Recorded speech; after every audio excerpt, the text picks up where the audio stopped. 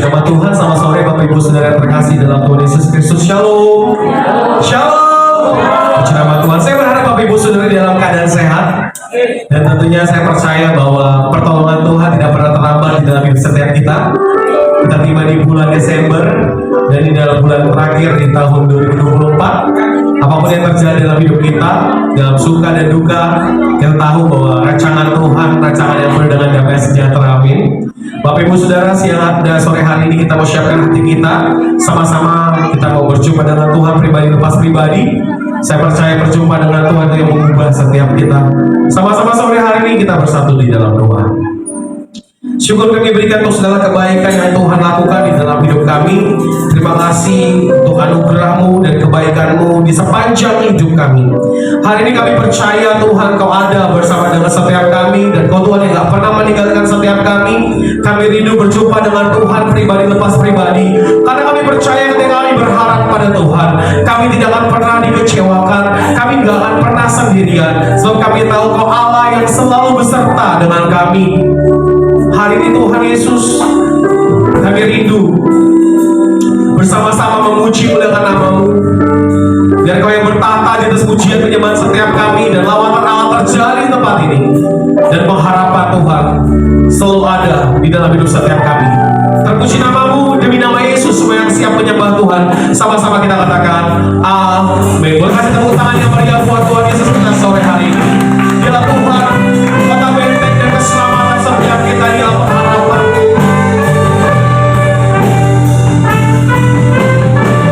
Kami sembah Kau Tuhan Allah yang bertata.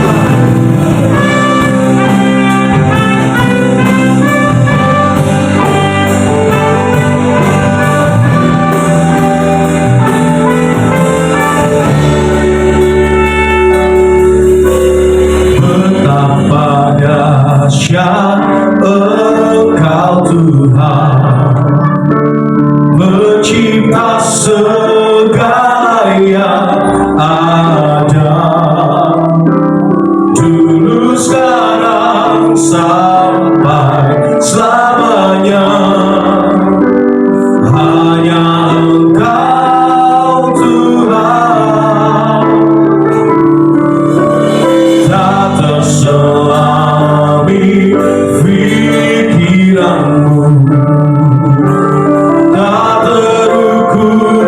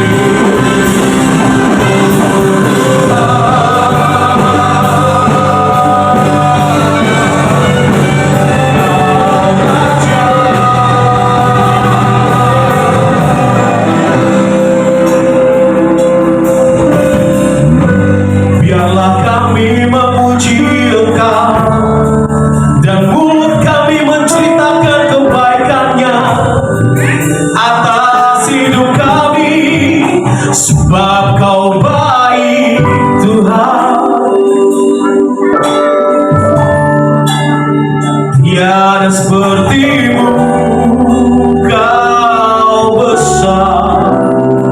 Kami percaya Tuhan, Kau berdaulat atas setiap kami, dan semuanya terjadi mendatangkan kebaikan atas setiap kami.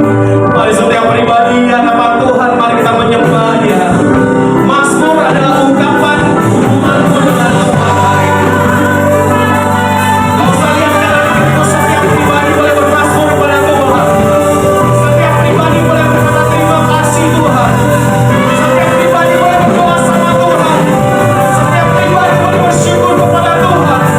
Kalau kau sakit hari ini, boleh katakan aku percaya biru-biru menyembuhkanku hari ini.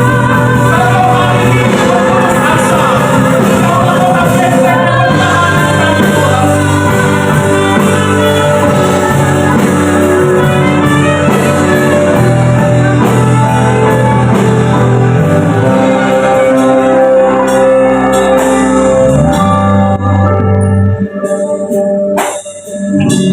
Yang percaya bahwa Tuhan sanggup melakukan perkara yang ajaib dalam hidupmu, boleh angkat tangan.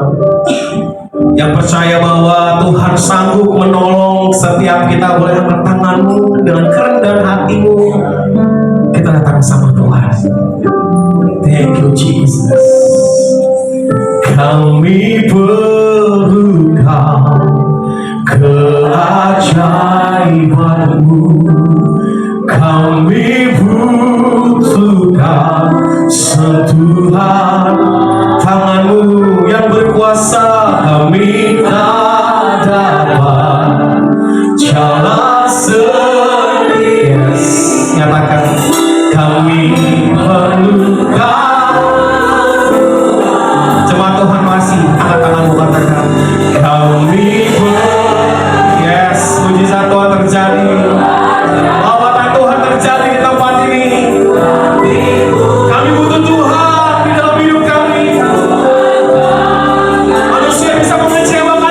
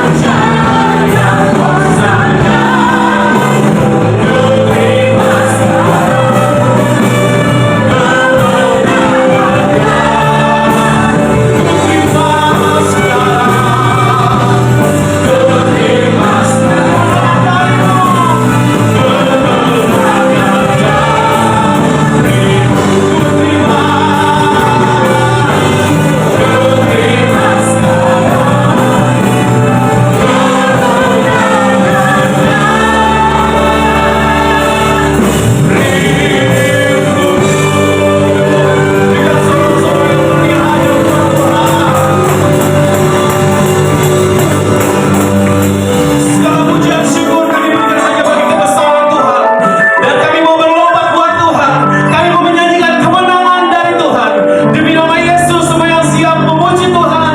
Sama-sama kita katakan amin, amin. Haleluya. Boleh kasih salam kanan kiri. Katakan Tuhan kita sungguh baik. Bapak Ibu Saudara, jumpai sekali memberikan senyuman yang terbaik. Tuhan Yesus kita sungguh baik. Haleluya.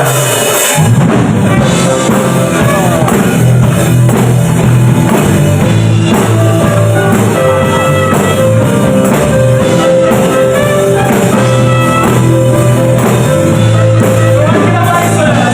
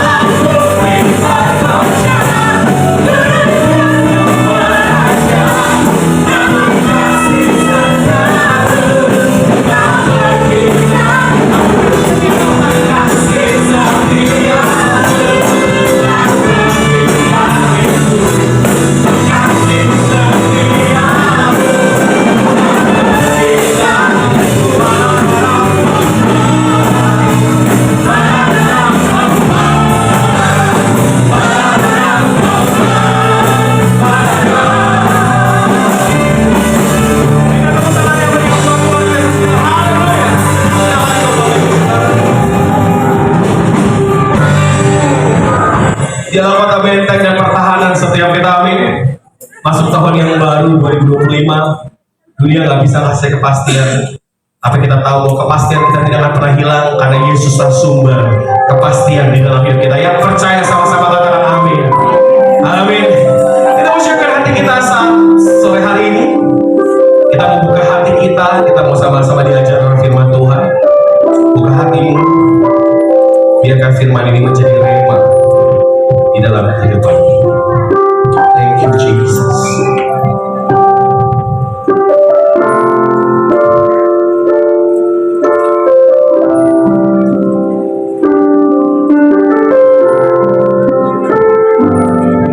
Jiwaku merindukanmu, ya Allah yang hidup.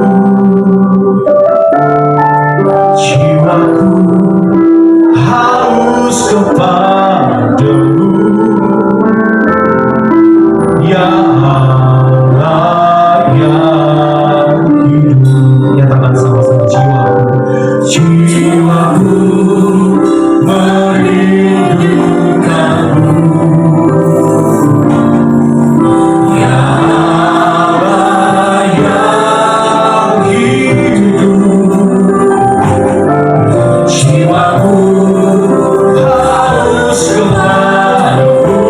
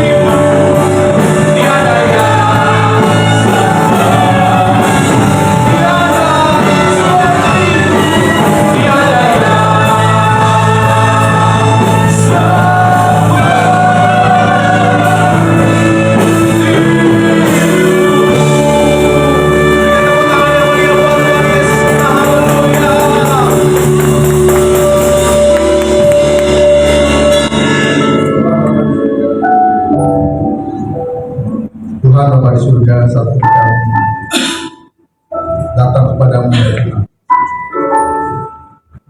Kami bersyukur untuk penyertaan-Mu sampai saat ini. Kalau kami ada sebagaimana kami ada, apapun keadaan kondisi kami, saya percaya penyertaan Tuhan tetap ada pada kami. Kasih-Mu Tuhan, berkat-Mu Tuhan, selalu tercurah kepada kami ya Tuhan.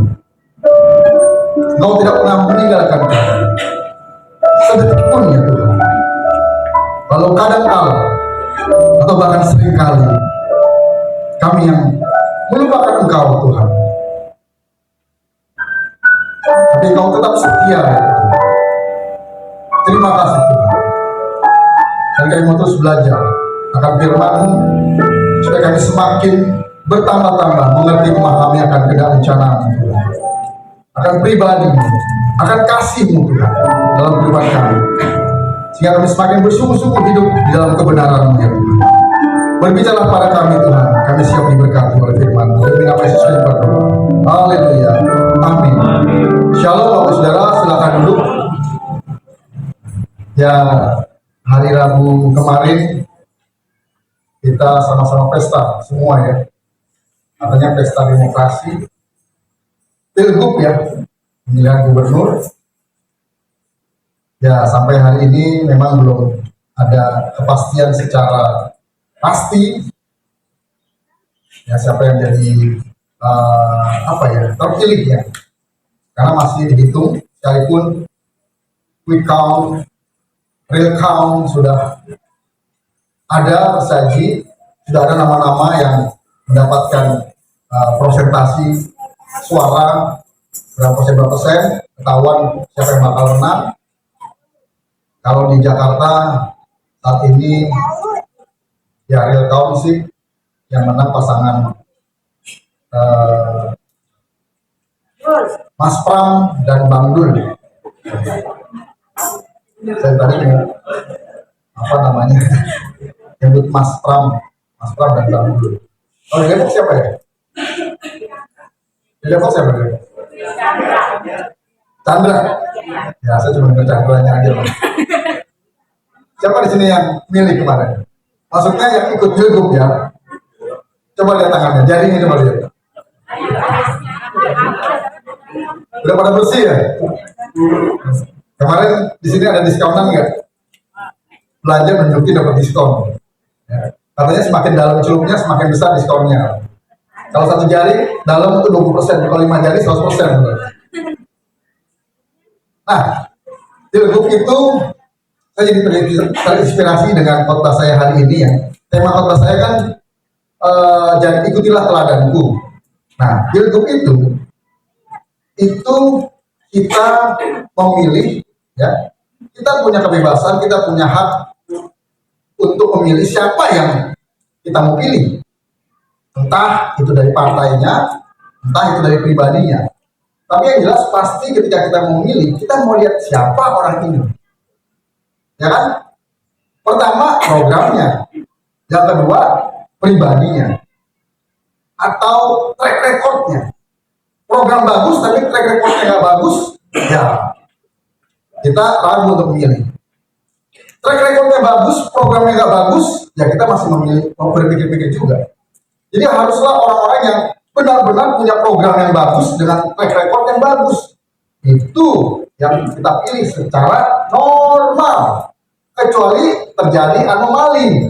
Itu apa? Ya satu, kita berdasarkan omongan orang, kita berdasarkan suka-suka kita, atau berdasarkan apa yang kita terima dari paslonnya. Entah itu lembaran warna hijau, ya, atau warna biru, atau warna merah, atau sembako, atau lain-lain gitu kan. Tapi yang jelas kita memilih pasti berdasarkan sesuatu yang baik, yang kita lihat, yang kita rasakan, yang kita dengar, yang kita terima. Kalau semuanya nggak baik, pasti kita nggak akan milih. Begitu nggak? Pak, mau baik mau nggak, saya nggak milih kok Pak, gitu kan. Orang saya bukan orang Depok,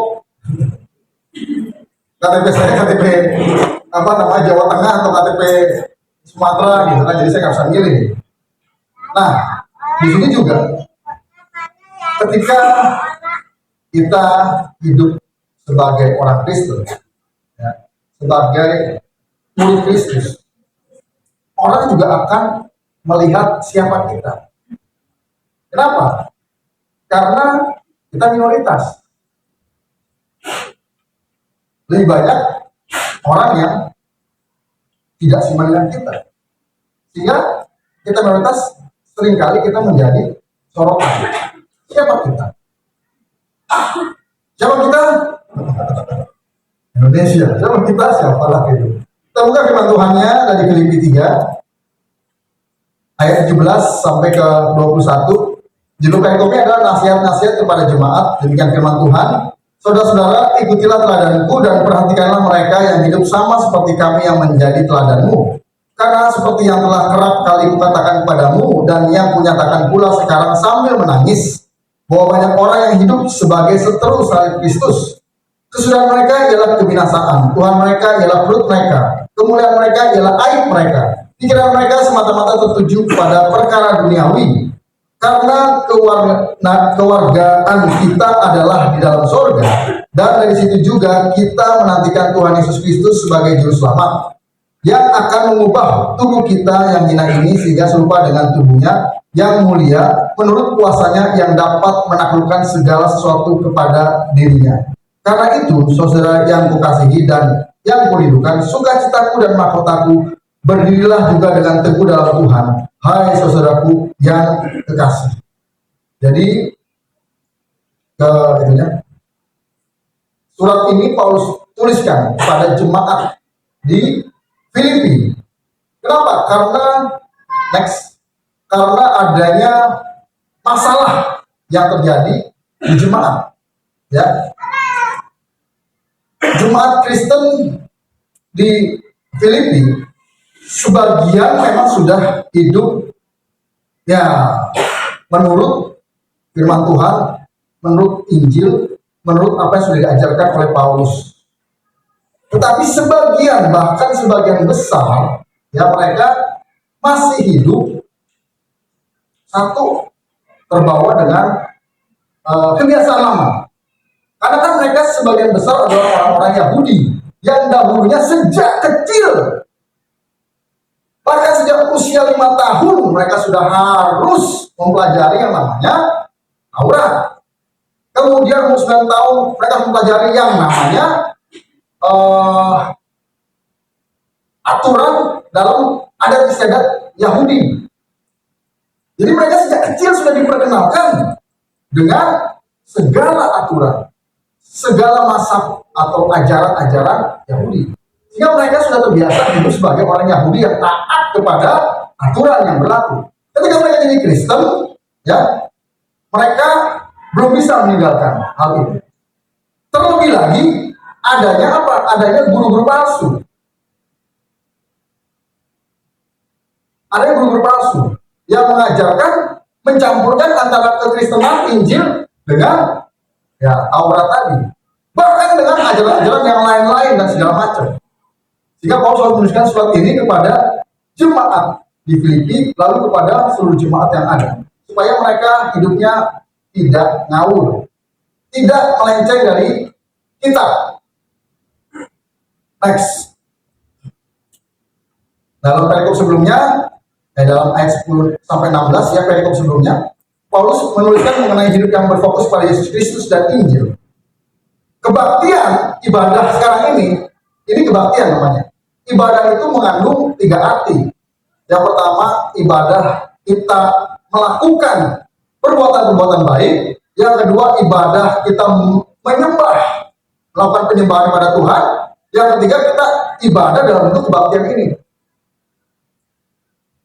Yang kedua tadi, ibadah melayani Tuhan di rumah-rumah ibadah, mempersembahkan korban pembakaran. Yang berikutnya adalah ibadah secara umum atau kebaktian. Seperti sekarang ini kita sedang kebaktian. Makanya sebetulnya lebih cocok dibilang kita ini kebaktian minggu, bukan ibadah minggu. Lebih tepat kebaktian. Makanya adanya KKR, yaitu kebaktian, kebangunan rohani. Nah, Nah, yang kedua bicara tentang pelayanan. Jadi, baik kebaktian dan pelayanan merupakan dua hal yang sama penting. Sebagai murid Kristus, kita harus terus berfokus kepada Allah. Jadi, kebaktian kita, pelayanan kita, bahkan juga pekerjaan kita, karena ibadah kan mengandung 3 arti kan. Jadi baik kita sekarang ini kebaktian di gereja, dengar firman Tuhan, memuji menyembah Tuhan, baik kita ibadah di luar sana, kita bekerja, kita bermasyarakat, kita berbuat baik di luar sana, dan ketika kita melayani juga, ya pelayan musik, singer, WR, pengkhotbah, dan lain-lain, itu fokusnya harus kepada Kristus. Karena yang terjadi jemaat di Filipi, mereka kebaktian, mereka pelayanan, itu fokusnya kepada ritual agama.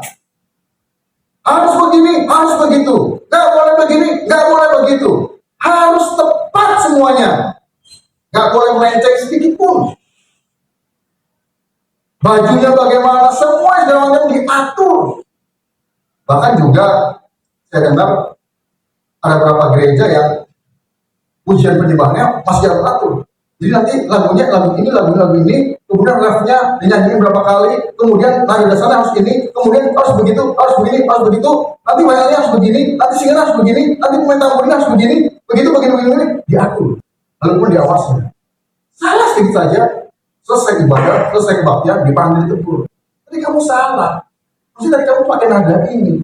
Kenapa kamu naikin? Kenapa kamu begini? Kenapa kamu nggak begitu? Akhirnya semuanya itu agamawi. Serba diatur. Enak gak ibadah yang kebaktian yang serba diatur? Duduknya harus begini. Wah, pokoknya semuanya harus diatur. Letaknya, gambar-gambarnya, tulisannya, apapun semua diatur.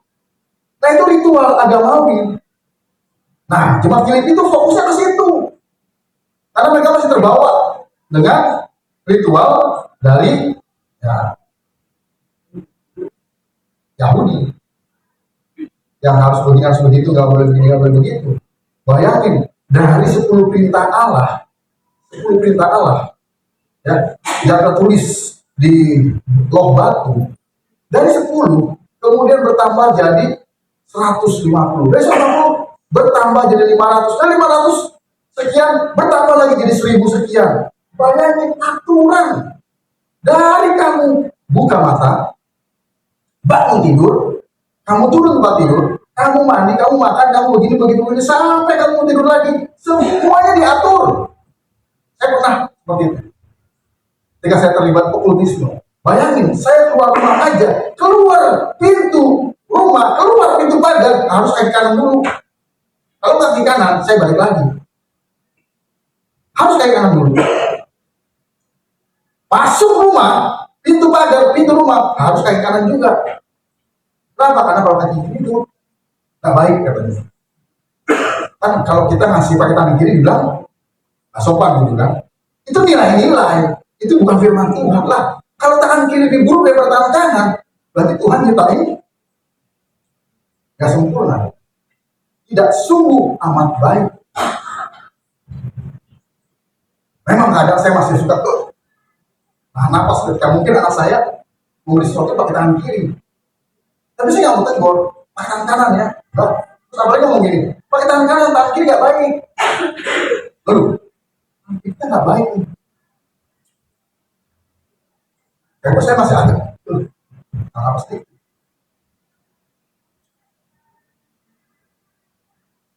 Jadi, kebaktian kita, pelayanan kita, pekerjaan kita, apapun semua yang kita lakukan, itu harus berfokus, berpusat kepada Kristus.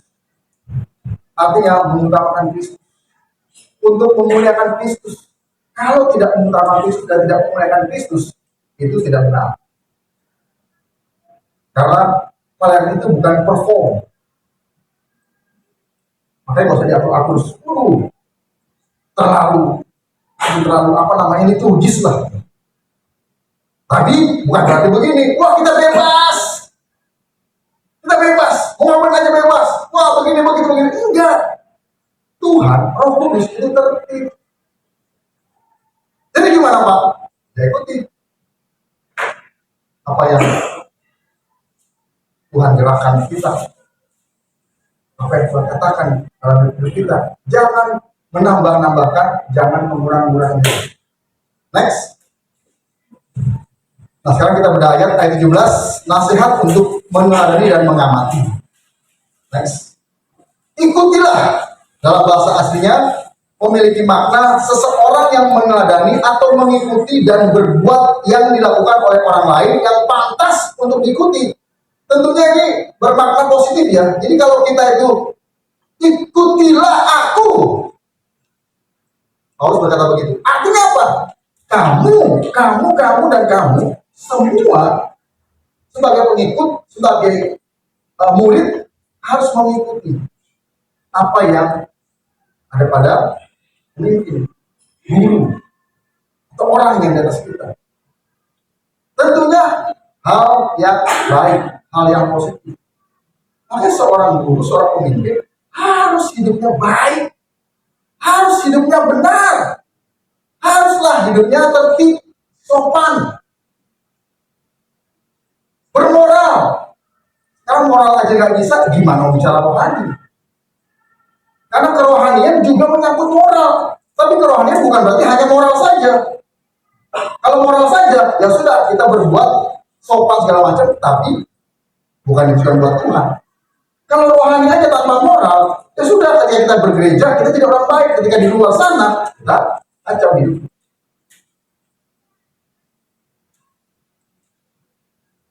Next. Nah, kata perhatikanlah mereka yang hidupnya sama seperti kita. Kata perhatikan itu memiliki makna waspada atau berhati-hati. Contohnya begini. Kalau jalan perhatiin jalan ya. Maksudnya apa? Perhatiin jalan. Bukan berarti kita jalan belum gitu.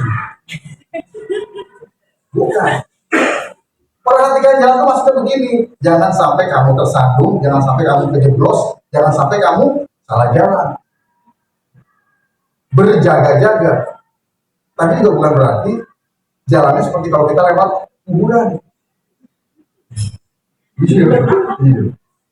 Tiba-tiba merinding. Lari. Kalau gitu, kita jalan lewat tenang aja. Siapa yang mesti takut jalan tengah kuburan?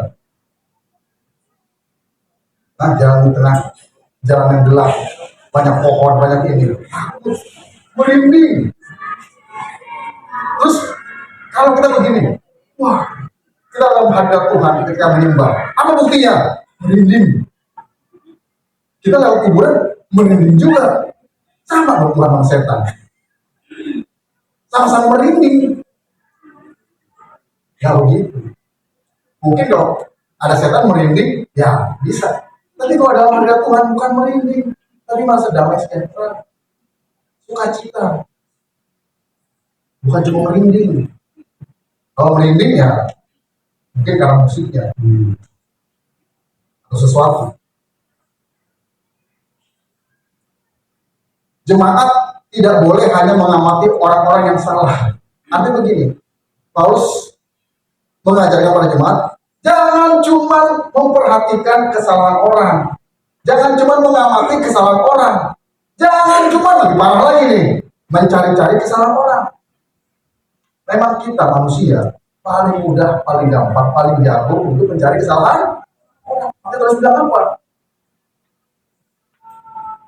Selumbal di mata saudaramu, kamu lihat, tapi balok di matamu sendiri, kamu enggak? Kita sukanya mencari-cari kesalahan orang. Begitu menemukan kesalahan orang, nah, sepertinya kita punya prestasi ketika kita menemukan kesalahan orang. Dan ini biasa dilakukan oleh akuntan atau oleh audit.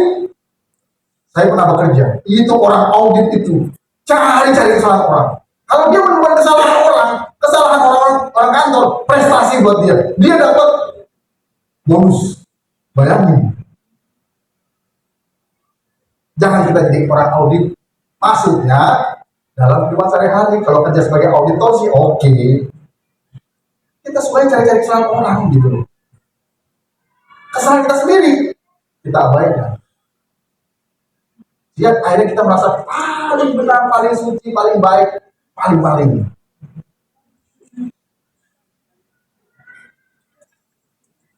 Tapi apa? Kita juga harus memperhatikan kebaikan orang. Kita seringkali menganggap remeh orang. Seringkali kita tidak menghormati orang lain. Kenapa? Karena kita hanya melihat kepada kejelekan, kesalahan, kekurangan orang itu. Kita tidak melihat kebaikan orang itu. Kita tidak melihat kelebihan orang itu. Yang mungkin satu kita iri. Atau kedua mungkin ya kita juga orangnya tersakiti. Orang yang tersakiti akan menyakiti orang lain. Orang yang menjadi korban akan mencari korban. Gitu. Makanya kalau ada orang-orang yang suka mencari-cari sama orang atau menyakiti orang, hatinya pasti terluka. Hati yang terluka. Berulang kali. Lagunya ada tuh. Hati yang terluka. Nah, ini juga terjadi pada guru-guru palsu. Maksudnya guru palsu apa sih? Guru palsu itu guru pengajar pengkhotbah yang mengajarkan, mengkhotbahkan antara Injil yang digabungkan, Injil yang disatukan, Injil yang dileburkan dengan ajaran-ajaran lain. Itu namanya sinkritisme. Jadi Injil kekristenan ditambahkan dengan apa? Dengan adat istiadat. Dengan apa? Dengan kebiasaan. Dengan apa? Dengan budaya. Dengan apa? Pengajaran-pengajaran yang di luar Injil. Injil ditambahkan atau dikurangi. Yang ini, aduh nggak usah deh. Yang ini nggak asik, nggak enak, terlalu berat. Nah, yang ini nih rasanya kurang nih. Kita mesti tambahin segini, begini.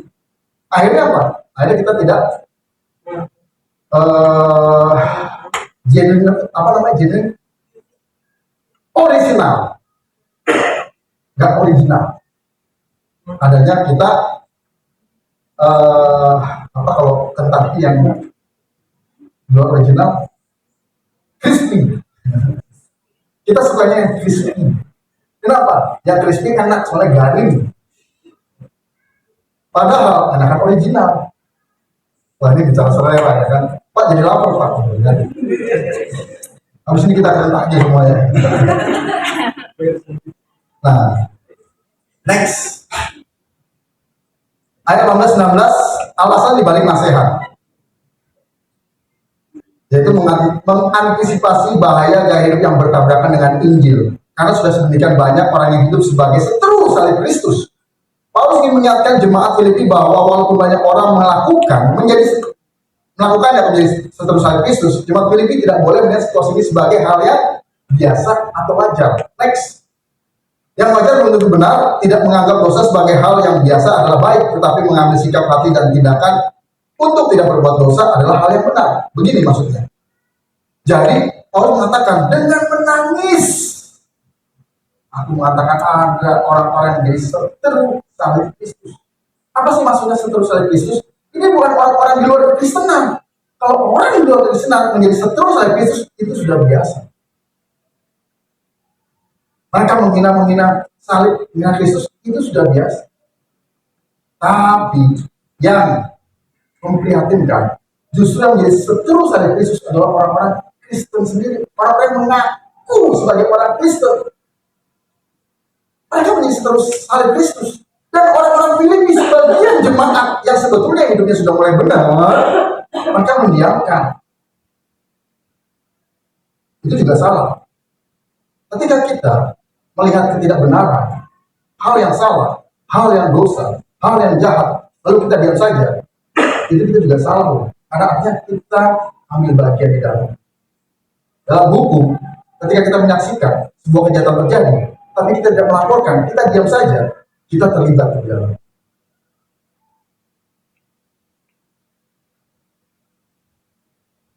Next. Sebagian penafsir memaknai kelompok yang disebut sebagai seteru salib Kristus adalah pengikut, ya, atau golongan paham yang anti hukum dan hidup secara sembarangan, pesta pora, percabulan, perzinahan dan matre. Artinya begini, mereka sudah menjadi Kristen, mereka mengaku sebagai orang Kristen, tapi Jadi hidup mereka bebas. Mereka nggak mau hidup di bawah hukum Taurat dan hukum Allah. Mereka merasa saya sudah bebas dari Taurat. Dan sebagai orang Kristen, kan kita sudah dimerdekakan. Jadi kita bebas berbuat apa saja. Itu hyper grace. Tetap ibadah, tetap kebaktian, tetap menyembah Tuhan, tapi tetap lakukan dosa. Itu yang dinamakan seteru salib Kristus. Sudah percaya katanya, sudah menerima Kristus katanya, sudah dibaptis kelihatannya, tapi hidupnya masih dalam dosa, pesta pora, kemabukan, percabulan, perzinahan. Apa sih bedanya percabulan dengan perzinahan? Ada yang tahu? Ada yang tahu? Dapat hadiah. Bedanya percabulan dengan perzinahan. Kalau percabulan adalah dosa seks yang dilakukan sebelum orang itu menikah. Kalau perzinahan adalah dosa seks yang dilakukan setelah orang itu menikah. Jadi kalau belum menikah melakukan dosa seks, hubungan suami istri sebelum menikah atau tidak menikah itu percabulan. Tapi kalau melakukan hubungan suami istri dengan bukan istrinya, itu perzinahan. Karena kita sudah terikat dengan pernikahan, perkawinan dengan pasangan kita, lalu kita menyeleweng dan kita lakukan hubungan suami istri dengan perempuan lain, itu berzina. Pak, saya belum menikah, saya masih bujangan, saya masih bujingin gitu kan? Saya masih bujangan dengan masih perawan gadis, atau sendirilah jomblo, katakanlah begitu kan? Saya bebas dong. Gaya hidup seks bebas, itu percabulan namanya.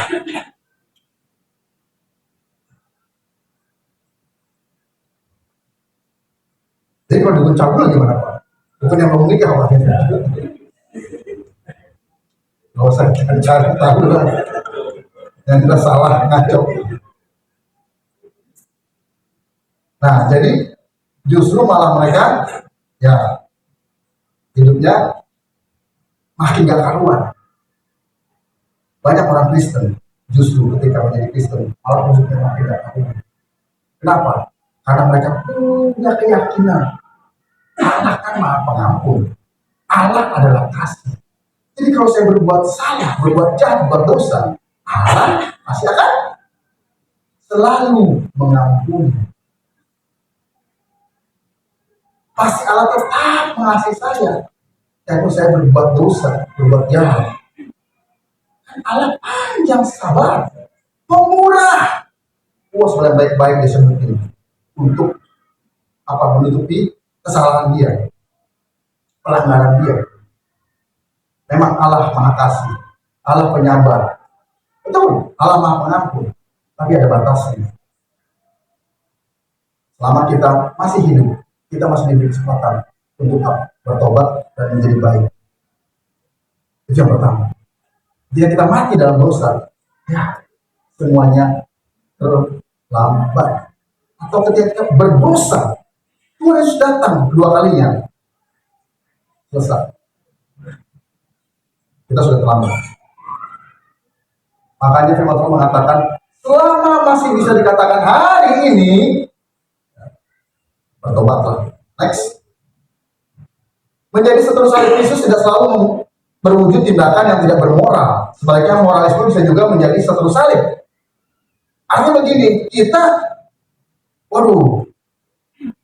mengutamakan moral nih. Jadi akhirnya apa? Kita hidup hanya berdasarkan moral. Moral itu apa sih sebetulnya?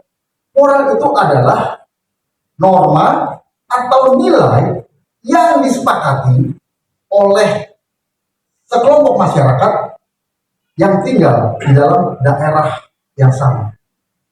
Makanya gini, moralnya orang bule dengan moralnya orang kita, orang timur, orang barat dengan orang timur, itu beda. Bahkan daerah Jawa saja, Jawa Tengah, Jawa Timur, Jawa Barat, DKI Jakarta, Banten, itu Pulau Jawa, itu normanya beda-beda. Yang disepakati beda-beda. Kadang-kala kita ngikutin norma. Begini, nggak apa-apa kok. Di daerah saya biasa kok hal ini. sorry, mabuk-mabukan. Di daerah saya biasa kok, semuanya mabuk, bahkan pendeta pun mabuk kok. Malah pendeta yang buka meja, buka botol, ayo sama-sama kita mabuk. Sebelum kita mabuk, kita menguji menyembah Tuhan, gitu kan. Atau setelah mabuk kita menguji menyembah Tuhan. Seperti yang dilakukan oleh siapa namanya, Ayub. Kesalahan Ayub salah satunya apa? Dia mendiamkan anak-anaknya pesta pora berbuat hal-hal yang tidak baik. Lalu besok paginya, Ayub panggil anak-anaknya. Untuk apa? Mentahirkan, mengkuduskan. Dengan apa? Korban sembelihan. Dengan perluangan tangan. Dan itu terjadi mungkin setiap malam minggu. Anak-anaknya dugem. Biarin aja. Besok minggunya sebelum gereja didoain dulu. Bahkan ada, saya tahu persis. Dan sekarang sudah nggak lagi. Ada dulu seorang hamba Tuhan gembala di Jakarta. Itu besok paginya mau khotbah, malamnya tuh dugem. Bahkan pagi-pagi dibangunin, susah dibangunin. Ayo kamu ke gereja. Aduh, males mah, gereja. Masih ngantuk. Ayo ke gereja. Aduh, ngapain sih harus ke gereja mah? Kamu gembalanya. Oh iya.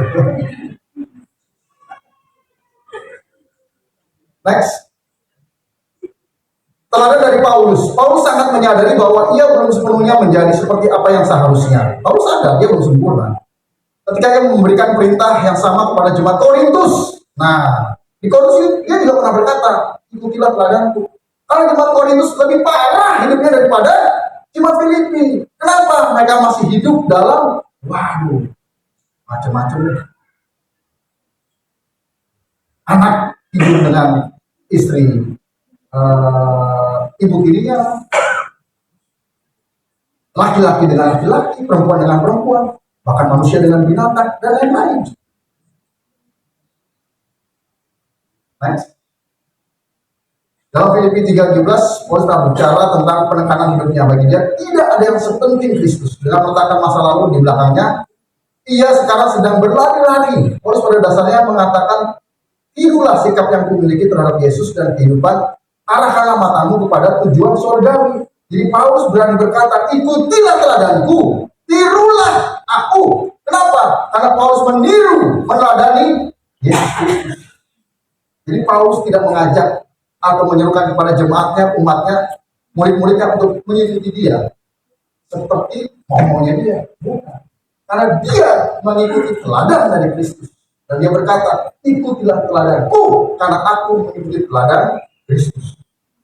Kalau aku tidak mengikuti teladan Kristus, jangan kamu ikuti.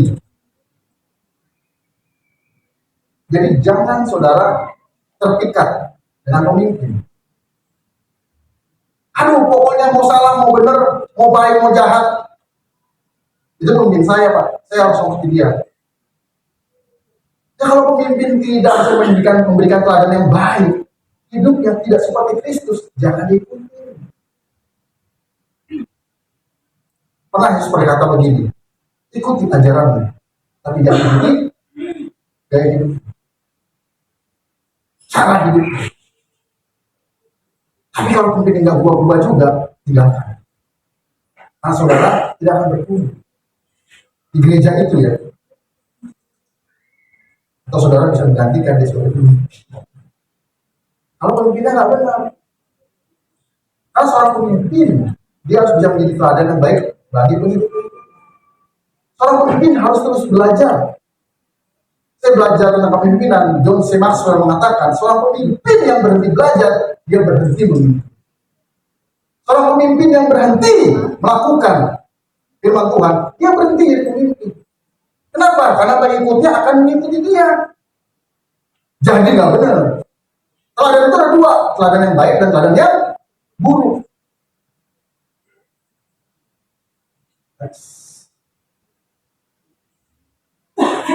Untuk meniru sesuatu yang baik harus mengamati. Paulus tidak yakin kapan dia akan bersama lagi dengan jemaat Filipi. Sehingga yang perluas nasihatnya dan perhatikanlah mereka yang hidup. Jadi gini, Paulus sadar dia nggak selama-lamanya ada di tengah-tengah jemaat. Maka dia apa? Dia berkata begini, selain itu ikutilah teladanku dan amatilah, tirulah mereka yang juga hidup sama seperti aku. Itu hidupnya sama seperti Kristus. Artinya baik pemimpin maupun jemaat harus sama-sama menjadi teladan.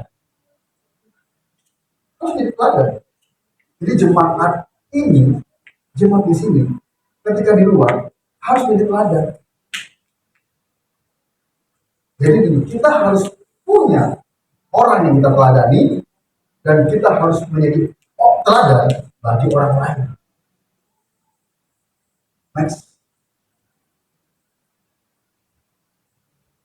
Next. Jadi penerapan Alkitab. Next.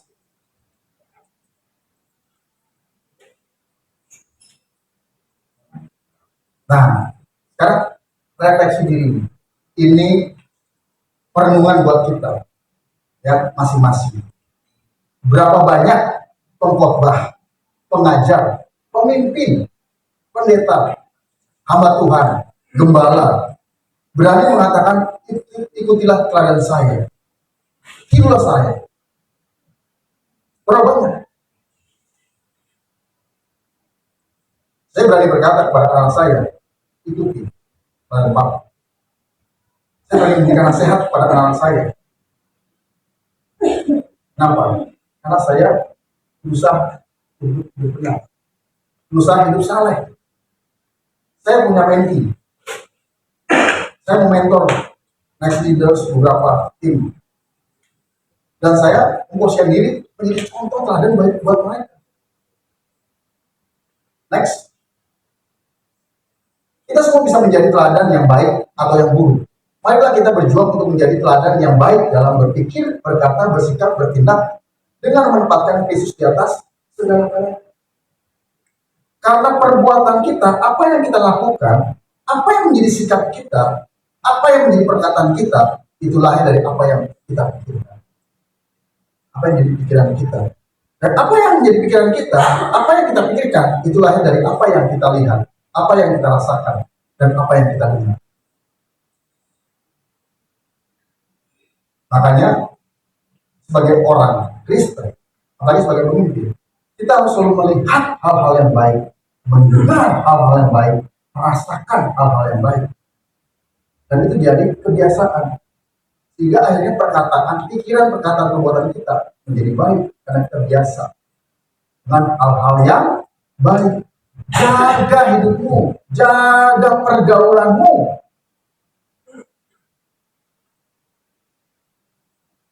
Kalau dalam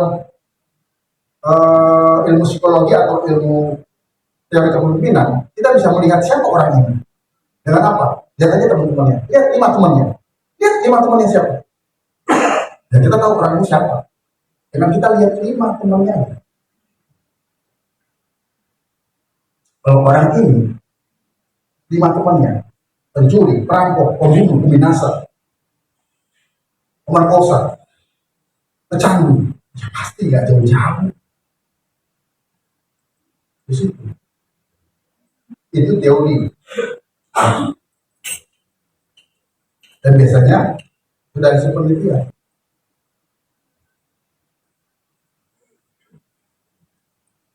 Ada 3 hal, 3 perkara yang seringkali membuat orang jatuh. Kalau orang bilang 3T, harta, tahta, dan apalagi satu, apa nggak tahu. Harta, tahta, dan wanita. Bukan Renata ya. Tahu nggak Renata siapa? Siapa? Nah, itu buat yang pria. Kalian buat yang wanita, harta, tahta, dan pria. Kalau buat secara umum, harta, tahta, dan seks. Itu yang sering membuat orang jahat. Ya, saya memberikan kesaksian saat ini. Saya harus terbuka. Siapa di sana? Bicara mengenai harta. Saya orang yang memang punya keinginan untuk kaya. Tapi saya tidak mengejar kekayaan sedemikian rupa. Saya nggak fokus untuk mengejar kekayaan.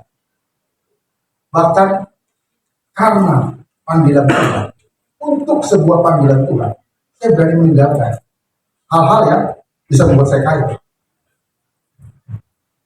Dari bekerja, saya tinggalkan pekerjaan saya, jabatan saya.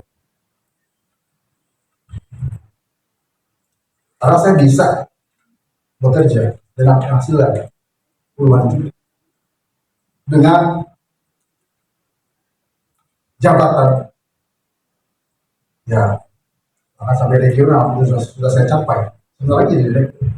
Tapi saya tinggalin bisnis, saya tinggal. Bicara harta, tahta, wanita, buat saya itu tidak ada dalam kamus hidup saya. Dari dulu sampai hari ini dan seterusnya, saya berusaha. Saya tidak pernah melakukan kecanduan. Saya tidak melakukan perzinahan. Apalagi setelah menikah, saya nggak pernah selingkuh. Saya nggak pernah berzina. Saya nggak pernah melakukan penipuan. Saya nggak pernah korupsi. Saya nggak pernah macam-macam lah. Kenapa? Karena dulu aja, sebelum saya menjadi Kristen yang benar, sebelum saya jadi hamba Tuhan, waktu saya ngelmu, saya menjaga hidup saya supaya suci. Dulu. Untuk siapa? Untuk roh-roh yang saya sembah. Untuk kuasa kegelapan, saya bisa menjaga hidup saya. Apalagi untuk Allah. Raja dan segala raja. Saya pasti berkali-kali lipat menjaga hidup saya. Dan hari ini saya berani mencerita kepada Bapak Ibu Saudara-saudari. Karena saya sudah melakukan hal itu. Ya ada sih omong-omong mirip dengan saya, tapi bukan masalah-masalah yang itu tadi. Paling masalah sikap, paling masalah keputusan, paling masalah ya pembawaan saya. Ya, saya memang begini adanya. Aku begini adanya. Kata saya bisa. Bruli ke-5, ya kan? Ku hargai keputusanmu apapun. Tapi begini, percayalah bahwa saya tidak punya niat jahat. Saya tidak mencari-cari keuntungan. Saya tidak memperdaya jemaat untuk kesertaan saya, kesenangan saya, keuntungan saya, apapun itu. Kalau saya mau cari kekayaan, mau cari kehormatan, posisi jabatan, kenikmatan, mendingin saya kerja lagi. Saya bisnis lagi. Di sini. Makanya saya mengencourage, menyemangat Bapak Ibu jemaat sekalian. Untuk apa? Untuk hidup di dalam kebenaran. Meneladani orang-orang yang hidup dalam kebenaran. Dan juga menjadi teladan bagi banyak orang. Suami menjadi teladan bagi istri. Istri menjadi teladan bagi suami. Orang tua menjadi teladan bagi anak. Dan anak menjadi teladan bagi orang tua. Dan satu keluarga menjadi teladan bagi orang lain. Sehingga akhirnya apa? Kita dipandang sebagai orang yang baik, yang benar. Sehingga orang melihat, oh, orang Kristen hidupnya baik. Ya akhirnya mereka mau, saya mau jadi Kristen. Kenapa? Karena orang Kristen baik-baik. Jangan sampai Kristen yang benar. Di gereja aja mereka nyanyi-nyanyi menyembah Tuhan. Tapi di rumah, tapi di lingkungan, tapi di jalanan, tapi di kantor, mereka tetap berbuat jahat. Ya, apa bedanya?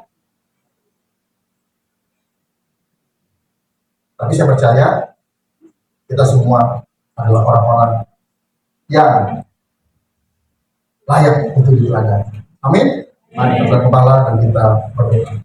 Tuhan Bapa di surga, kita bersyukur untuk firman Tuhan yang sudah meneguhkan kami Tuhan, menguatkan kami, atau bahkan menegur kami Tuhan, untuk kami bisa meneladani hidup orang-orang yang layak, yang patut untuk kami teladani. Dan kami bisa menjadi teladan bagi banyak orang. Dan semuanya itu berfokus kepada Engkau, Tuhan yang kami kenal dalam nama Yesus Kristus, yang menjadi contoh teladan untuk bagaimana kami harus hidup selama di dunia ini, ya Tuhan. Terima kasih Tuhan, kalau Engkau pernah mau hadir, datang ke dunia ini. menjadi sama seperti kami, menjadi manusia, untuk memberikan contoh dan teladan bagaimana kami harus hidup. Terima kasih Tuhan. Dan hari ini kami mau ambil komitmen untuk kami terus hidup meneladani bagaimana Engkau hidup ya Tuhan, sehingga hidup kami semakin menjadi serupa dengan Engkau. Demi nama Yesus kami berdoa. Amin. Mari kita siapkan hati untuk menyembah perjamuan kudus. Kita berdoa untuk roti dan anggur yang ada di tangan kita. Tuhan Bapa di surga, kami berdoa untuk roti dan anggur yang ada lambang dari tubuh dan darah-Mu ya Tuhan. Sucikan kudusan Tuhan, supaya kita lagi memakannya, kami semakin dipersatukan, kami semakin dibenarkan, kami semakin diperdamaikan dengan Engkau ya Tuhan. Demi nama Yesus kami berdoa. Amin. Kemanakah aku dapat pergi menjauhi rohmu yang suci, Kau sahabat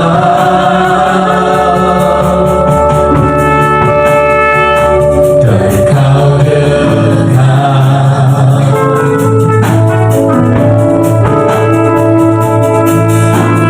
Bahkan seluruh berbakti aku tak bisa membalas kesetiaanmu, sungguh mulia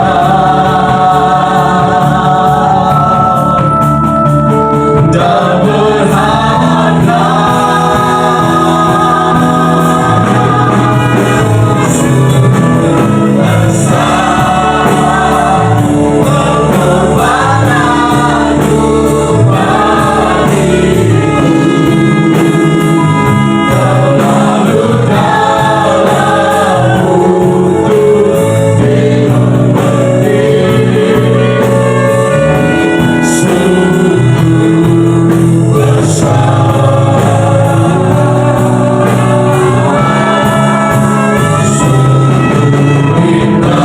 Sama-sama kita pakai berdiri, Bapak Ibu Saudara, kita bahas tentang sakrament perjamuan kudus di bersama hari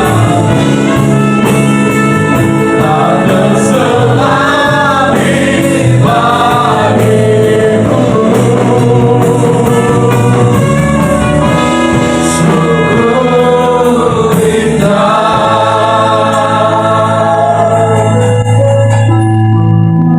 Bapak Ibu Saudara, mari kita angkat roti yang lambang dari tubuh Kristus melalui kepala kita. Demikianlah firman Tuhan, sebab apa yang telah kuteruskan kepadamu telah aku terima dari Tuhan, itu bahwa Tuhan Yesus pada malam waktu ia diserahkan mengambil roti, dan sudah itu ia mengucap syukur atasnya, ia memecah-mecahkannya dan berkata, inilah tubuhku yang diserahkan bagi kamu. Perbuatlah ini menjadi peringatan akan aku. Percayakah Bapak Ibu Saudari, roti yang ada di dalam lambang dari tubuh Kristus, dengan iman kita memakannya di dalam nama Yesus.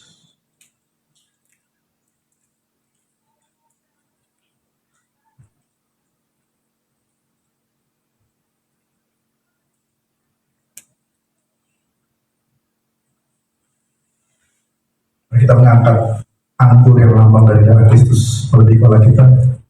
Demikian firman Tuhan. Demikian juga ia mengambil cawan sesudah makan, lalu berkata, cawan ini adalah perjanjian baru yang dimeteraikan oleh darahku. Perbuatlah ini setiap kali kamu minumnya menjadi peringatan akan aku. Sebab setiap kali kamu makan roti ini dan minum cawan ini, kamu memberitakan kematian Tuhan sampai ia datang. Percayakah Bapak Ibu Saudari, anggur yang ada kita lambang dari darah Kristus? Mari kita minumnya di dalam nama Yesus. Terima kasih Tuhan. Sungguh kami bersyukur Tuhan, pengorbanan-Mu yang sempurna. Mari kita bersyukur.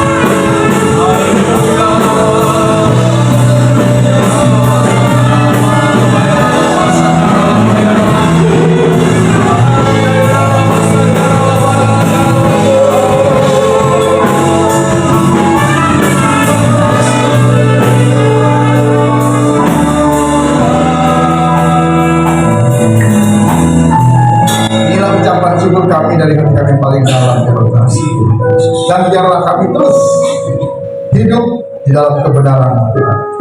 Kami terus mengingat akan kebaikan, akan kasih Tuhan. Ya. Sehingga kami terus dapat hidup surut kehendak rencana. Yes.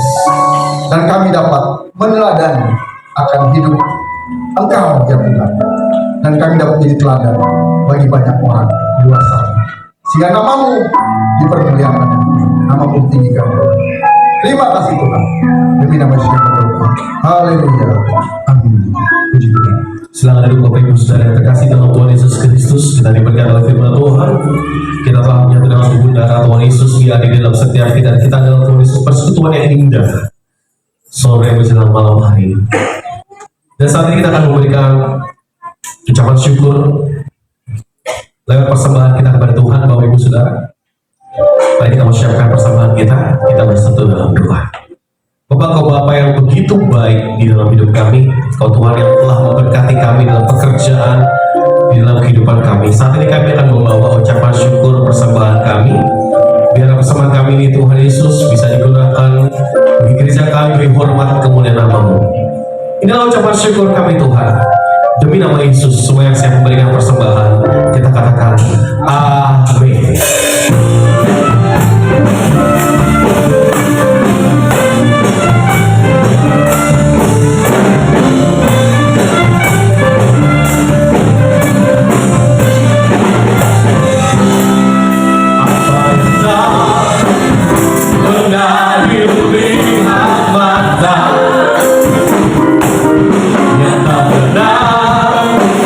Segala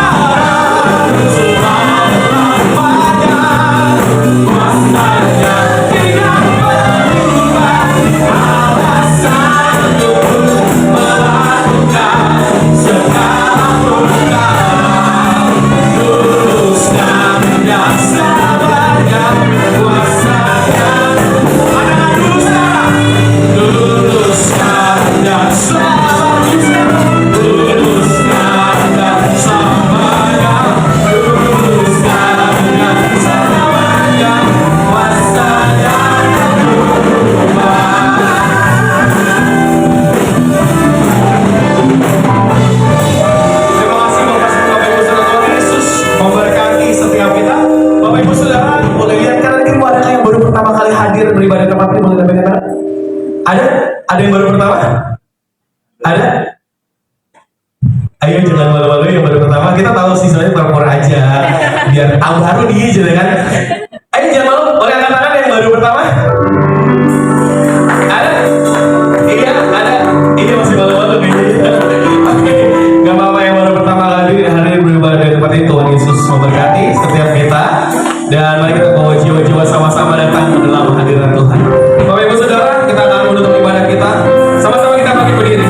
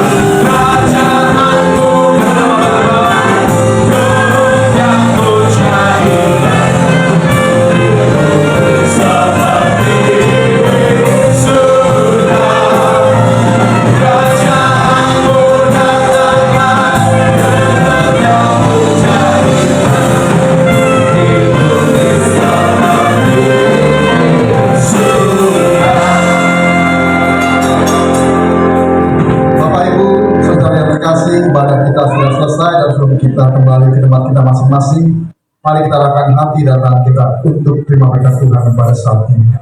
Diberkatilah hidupmu, diberkatilah keluargamu, diberkatilah sekolah, kuliah, pekerjaan dan usahamu, diberkatilah pelayananmu. Apapun yang kau kerjakan dibuat berhasil oleh karena Tuhan dan bagi kemuliaan Tuhan. Anugerah yang melimpah dari Bapa di surga, kasih setia dari Tuhan kita Yesus Kristus, serta persekutuan yang manis, pertolongan, penghiburan, kekuatan, serta pimpinan dari Allah Roh Kudus kiranya menyertai kita hari ini sampai Tuhan Yesus datang untuk kedua kalinya. Terimalah berkat ini dan jadilah berkat dimanapun kita berada. Supaya percaya dan terima berkat, sama-sama kita katakan amin. Berkati, selamat sore, selamat hari Minggu. Sampai berjumpa kembali. Tuhan Yesus memberkati setiap kita dan jangan